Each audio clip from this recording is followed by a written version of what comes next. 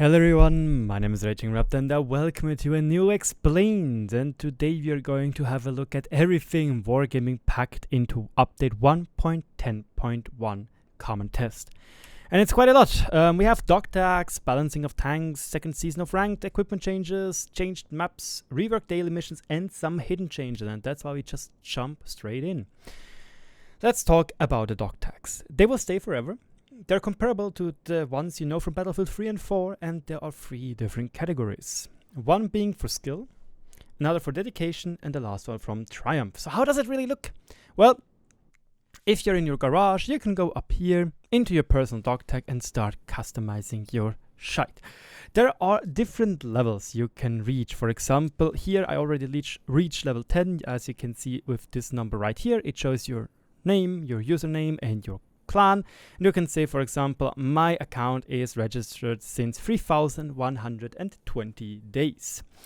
And yeah, you can make different changes. So for example, I played one game with the Object 268 version or with the 279 and did 6200 damage, and look at that, I already got this little thing right here, which gives me the maximum damage of 6273. That's actually a very neat little feature. It just sadly isn't going back in time, so it just counts from the day you got this new thingamajiggs, you get this new damage. Now, about this in general, I kind of wished if it already tracks your maximum damage, Wargaming would write there what tank it was, you know.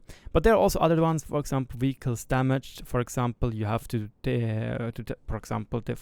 damage 15 different people in the end, most likely.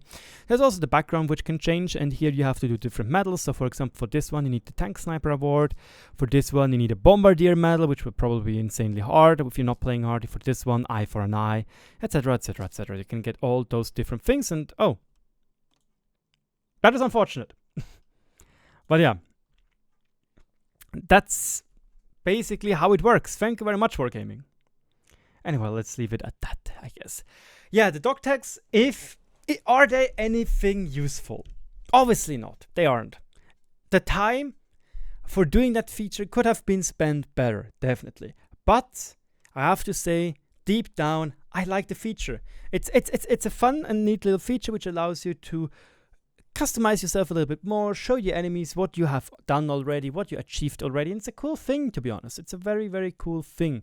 The question is really if, for example, when the anonymizer is working, if it's going to show you what the anonymizer is, you know, or the real name, and what different dog tags we are going to get. Or there's sometimes maybe dog tags for the CCs, which liked are in World of Warships, you know. I like that. I genuinely like that. Plus, the basic framework was already existing, so yeah, it's not a biggie. Let's talk now about the rebalance of tanks. Well, E50M 185 to 250, not much to say. It's better, obviously. It makes normal rounds having a little bit of a harder time to actually penetrate, but against gold rounds, nothing will change. The E50, he got a decent chunk of changes. The 8.8 L100 got its reload nerfed, its alpha buff from 240 to 280, and its DPM slightly nerfed from 288 to 280. Which is okay, I guess. You got a decent chunk more alpha in general. It's a little bit of a pity because that was a meme gun. Then the turret front also got changed from 185 to 215, which is alright. It will actually make this tank to be a lot better seal clubber than it is now, because now even tier 8 tanks will have its problems penetrating your turret front. And lastly, the 10.5 centimeter gun got its penetration buff from 220 to 230. The Panther 2, same deal. The 80.8 L100 gun got more alpha from 240 to 280, giving it a better DPM of 300 up to 2100 base, which is strong. Interestingly enough, the 8.8 L71 didn't got a buff. This might be an error, because the Panther 88's L71 got a buff from 240 to 280 and giving it almost 400 DPM more, which is a pretty decent thing, you know. You can work with that. Case in point, still, accuracy on the move is a little bit meh, mobility is meh, armor is meh, obviously, and most importantly, the pen is meh. So this will still be a hard vehicle to play, but the additional DPM, that will be juicy, to be honest, if you catch somebody off guard. Leopard PTA, he got its accuracy on the move and during turret traverse nerf from 0.16 to 0.2 for movement and from 0.10 to 0.12 for turret traverse. And the aim time got nerfed from 1.9 to 2 seconds. Yeah, it was to be expected. The Leopard PTA is basically a 9.5 vehicle and there is not a big power gap between the Leopard PTA and the Leopard 1, and a lot of people ask themselves, why should I play the Leopard 1 when I can play the Leopard PTA?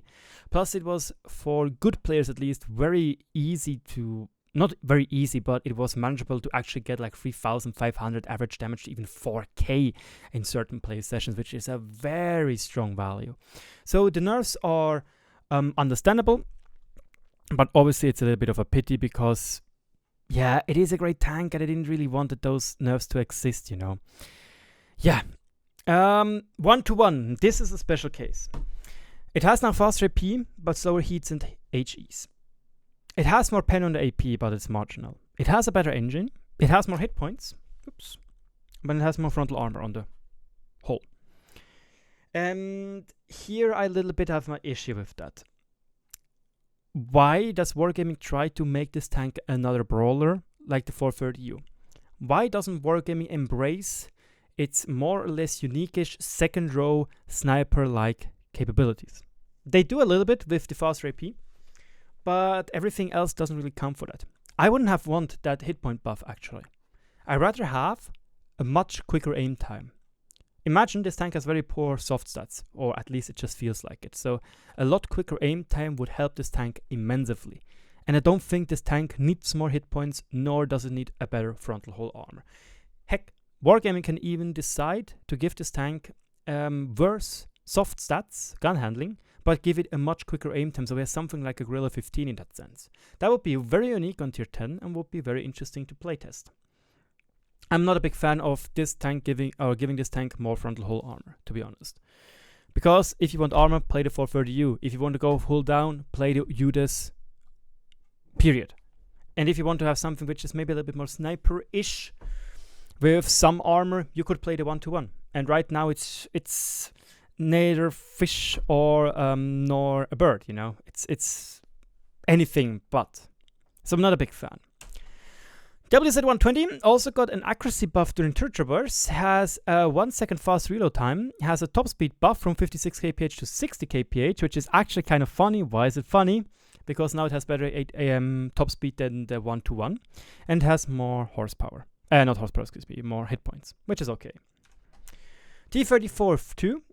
He got changes to the 122mm gun from 390 to 360, a huge reload buff from 15 seconds to 12 seconds.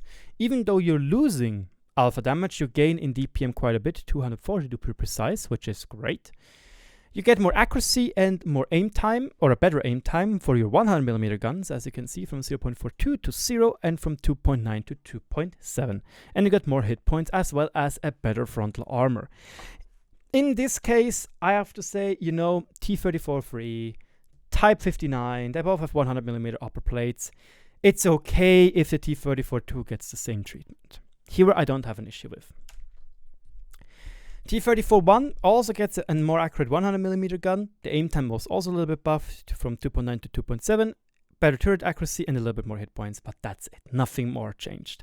It won't make this tank amazing, but it will be better. It will be definitely a little bit better. And lastly, Object 140. I tried to explain why Wargaming tried to buff this tank, and it's pure assumption work from me. So we don't know if this is actually true or not. But yeah, depression from -6 to -7, and upper hull armor from 100 to 110. Where meanwhile the T-62A, which is now a collector's vehicle, is crying in the corner. Look, again, I get that this tank is getting buffed in the sake so people which are not using or not having a 907 also have a little bit of a chance. So I understand that. I also might know what was the issue with this one right here. I understand that. That was actually the wrong pick. Jesus. But come on, T-62A is... Nobody uses it. Nobody really wants it. Even though it's not an object, it's not an unrealistic tank, it's not a paper project, it's not a prototype. It is a tank which was used throughout the different countries. It is a tank which got modernized even with the T62M, yet we don't have anything for this tank. It's a little bit sad, you know. Second season of Ranked. Here we get new progressive decals for ranks. It's fine, I guess. The team killer status will be given quicker to RD if they constantly stun you, which is a great thing, and it was an improved interface. I didn't saw that interface, so I guess. There are improvements to Equipment 2.0, mainly quality of life changes. It now shows the cost of ammo. There's a new drag and drop system, and there are some changes to the interface. I hope, now I was able to log in again, and I can show you. Not only can you see now that premium rounds now have a special red border around them. So for example, if we say I take a tank which also has premium rounds as APCR, like here you can see that the premium rounds now have this red hue around them. You can see the prices now, as you can see it down here, which is a good change. Now you know how expensive it is, and if you want to change them, you can do just like this, and they're changed, or this, or this, or this, which is okay. And if you want to do some changes to, for example, here, you don't have to click like this and do that. You can just also drag and drop them, which is great. The same goes for the consumables. It's very nifty, it's very handy, and it's very quick. So that's a good little thing right there. Changes to the maps. Here we get 4 new maps for Encounter. Karelia, Stacjanki, Westfield, and Pilsen. I'm looking forward to that one. And Wargaming made a change to vehicles from or map objects from the transport category. Cars, trucks, tractors, buses, helicopters, and planes. Until this update hits live server, they are all absorbing AP and APCR rounds, which is very frustrating and is sometimes even dumb. Now, with update 1.10.1, only HE and heat will be absorbed by them, while the others will just destroy them and will lose 25%, 25 millimeters of their penetration. So that's a good thing. That's actually a very, very good change. Also, the map changes. This is how it was. Like, first there are some changes with Berlin, and here I can't really say much. They changed a little bit this rubble. I don't even know where this rubble is. I rarely play heavy tanks in this city anyway. Here they did some changes. Here you can see that this is a little bit more open. Now it's made a little bit more secure. I guess that's fine. It allows you to have more space for tactical maneuvers, they say. Here it was slightly leveled, meaning that it is a little bit easier to use than it has been before. So that's a good thing. Here, they also changed this little rubble right here, making it a little bit more open, giving it an easier use of this position, making it more usable for everybody, which is a hold down heavy or hold down person. There was also an extra firing position added to this position right here, so you have a little bit easier and making the maps a little bit more uniform, which is all right, I would say. And lastly, they did some changes to the bushes right here. You can see that now we have a fully enclosed bush row right here, making it a little bit easier for scout tanks. But yeah, that's Berlin. I don't really have a lot of knowledge about Berlin because I didn't play this map too much yet. But Westfield, I know that map a lot. And they made some changes to this house and this house right here. And you can see they just changed them a little bit around. And those changes are very, very decent because they allow you to push in here more properly. Try to spot this without getting shot up from back there. Because this house is always very, very far back. And it makes it super easy to, if you want to proxy spot that and you go like this, you get just shot at. And now you can hide behind here and they have to peek over. But maybe this also helps them to be more safe. Who knows? I like this change. Erlenberg or Erlenberg, we already discussed it in a previous video. This was added, this was added, this was changed. Will be interesting to see because this might allow this hold down position over here to be a lot more effective because artillery can't really hit you, which is bad. This one, they just leveled out a little bit terrain, so makes it a little bit easier to cross this river so you don't drown. And lastly, Orienberg or hold down city got also some changes. They did add a little bit of a niche right here so you can survive a little bit longer. It basically just mirrors the position over there. They did remove some embarkments right here, you can see, which is great because this position is very strong. And again, we don't need Ruinberg to be hold down city. It's a little bit annoying right now, so I like the changes they're doing right here to remove some of those hold down positions. Same goes for this one right here, and it's removed. And same goes over here, and it's removed. Yo, daily missions. Wargaming decided to also now add to the bonus missions some training booklets, blueprint fragments, and crew skins to the pool. And when you finish the 45 missions, you know, the epic reward, we always joke about how epic it is. Now you're able to get personal training manuals and new equipment, being the turbocharger, improved hardening, and improved aiming, which is great. Which is honestly great. That is a lot of money you can get there, which is nice. Depending what tier it is, obviously. That will be interesting to see how they decide what tier it will be. Yeah. Now let's talk about the hidden changes you don't really see usually being talked about. There are some changes to the field of view for widescreen monitors. There is a new control system for full screen interfaces, which I didn't saw yet. There is a new sound engine called WiiWise, or WWise, which has a bigger potential than the current one, but it needs 2.5% up to 2.5% more power on minimum and low qualities. But it has, again, big potential, meaning we might see sooner or later new sounds for engines, for environment, and for guns. You know, a nice gun sound is always excellent, and I want that. There are new 3D styles, and there are some more super test vehicles. About 3 we're going to have a look at. That's the Cobra, the Geezer, and the Object 274A, because they were also changed. And, well, the Carro da Combattimento 45 T is just being added to the super test, and the Super Chaffee also being added to the super test for testing purposes. But, yeah, Super Chaffee, let's be honest, that thing is dead set. Dead set to be the tank for the long-awaited backup. Or the well-deserved reward, it's called, excuse me, like with the Super Hellcat and the other thing. But hey, if you always get super stuff, Super AMX, Super AMX ELC BIS, please. Tier 6 with all stats. Please. Please, please, please. But, Cobra. Should be a tier 9 vehicle, apparently. The stats right now are bogus. It just has an armor model and a 3D model. But the stats are bogus right now. Don't know what this tank will be. It's already in the game files in this update right now, in 1.10, as a PNG. I don't know. G-Zor got slightly nerfed again. Accuracy from 0.29 to 0.33. And the Object 274, its turret front got changed from 230 to 220. It's still a medium. It still has insane armor. And we're going to have a look at this armor in a separate video, because there's a lot to talk about.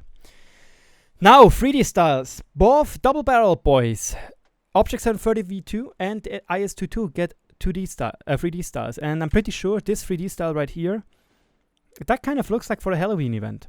Why? Because the Halloween event is all about a little bit deterioration, makeshift stuff. And if we go into the game and have a look at the previous 3D skin for the Halloween event, sure, it's more dark, it's more black. But we also have those destroyed heat screens on the side. So maybe, who knows, maybe we will be getting this for the Halloween. It looks great. The only problem I'm having is it feels naked. Wargaming, come on. You already did so much improvement when it comes to styles.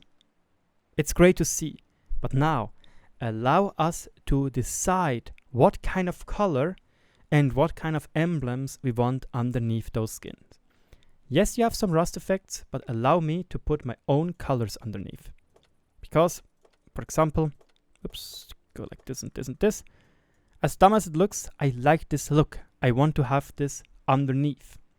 Maybe in a deteriorated state, which shouldn't be a big issue. When we go into exterior, and we go into effect, and we can make a worn paint. It's just like an overlay. But come on, Wargaming. Do it. That would be me being retarded. That would be a huge, huge improvement to the game. At least in the customization section. Again, customization is a great way of financing the game, okay? Because you don't make OP vehicles. If somebody doesn't like the style, they don't buy it. Period. But the style looks cool, the idea behind it looks cool, but it feels naked. The same goes for the IS-22. It looks interesting, maybe a little bit too much with this big-ass machine gun up here and the machine gun cover, but I like the looks of it. I really do. And you can see it also quite rusted. You already have this effect. Now allow us to put colors underneath it. Because the best example you're having of almost having a 3D style is the Kampfpanzer 50T. And boys, honestly, that thing looks great. I love the fact that you can put whatever color you want underneath this basically 3D style-esque model, you know, with the camo net here, with the netting over here, with the camo net here.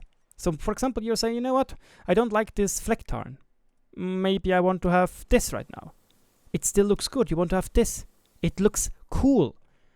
Come on, Wargaming. I don't know how hard it is, but try to do that.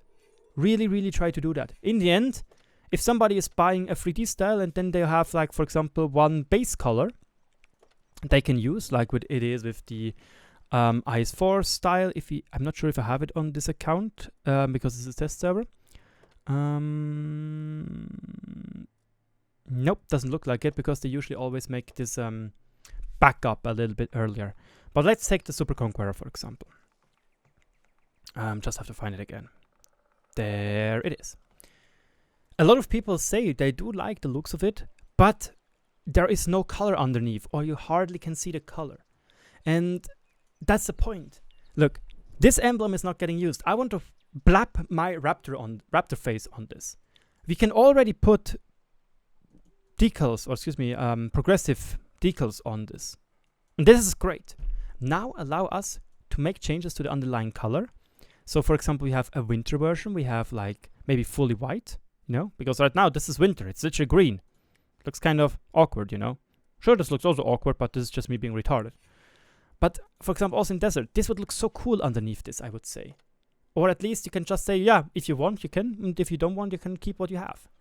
That would be an amazing change. You came a long way from 3D styles, honestly. You came a very long way, Wargaming. Just remember, boys, back in the days, we just had this. They had to make a completely unique tank for a special occasion, like the Sabaton tank right here. They had to make a specific, uniquely once-in-a-lifetime tank.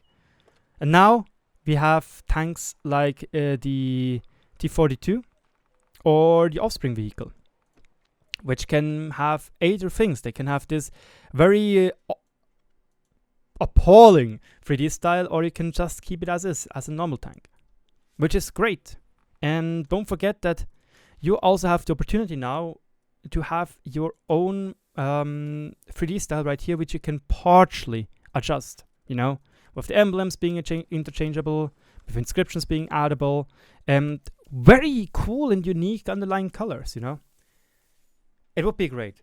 That's a very big feedback for me. Yeah, that was basically my conclusion anyway. And I feel like update 1.10.1 is a lot of quality of life changes and some questionable decisions, but I don't have to say that it's like an update where it is absolutely garbage, you know. It's good. Most of the things I agree on. 1.1 I don't really agree on, and with the 3D styles they look amazing, but come on, do something a little bit. Come on. Really, it would be amazing. Honestly.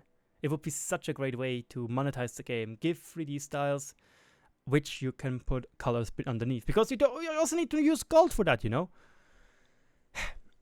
Yeah, sorry for me having a little bit of mistakes in this video, like problems and stuff. I'm a little bit tired, and I already did a video for Germany, so you were actually lucky because I gave you the revisited version, which is always great. Yeah. For the people which watched the whole video and are absolutely amazing, feel free to leave down the timestamps of the different things I'm talking about. I would pin the comment and would add it to the inscription, which would be amazing, boys and girls, which would be absolutely amazing. Video about the Waffenschläger event will come tomorrow. I simply just don't want to do another video now. My voice is starting to get sore, and I already did this, and it took me almost 1 hour to just prepare the PowerPoint, and now 30 minutes roughly speaking, another 30 minutes for the German, redo that 10 minutes from German to English. Yeah, it was a lot of work. Still, if you enjoy this work and even can look over the little mistakes I did, feel free to subscribe. My name is RagingRaptor. Thank you so much for watching. Cheers and good luck on the battlefield.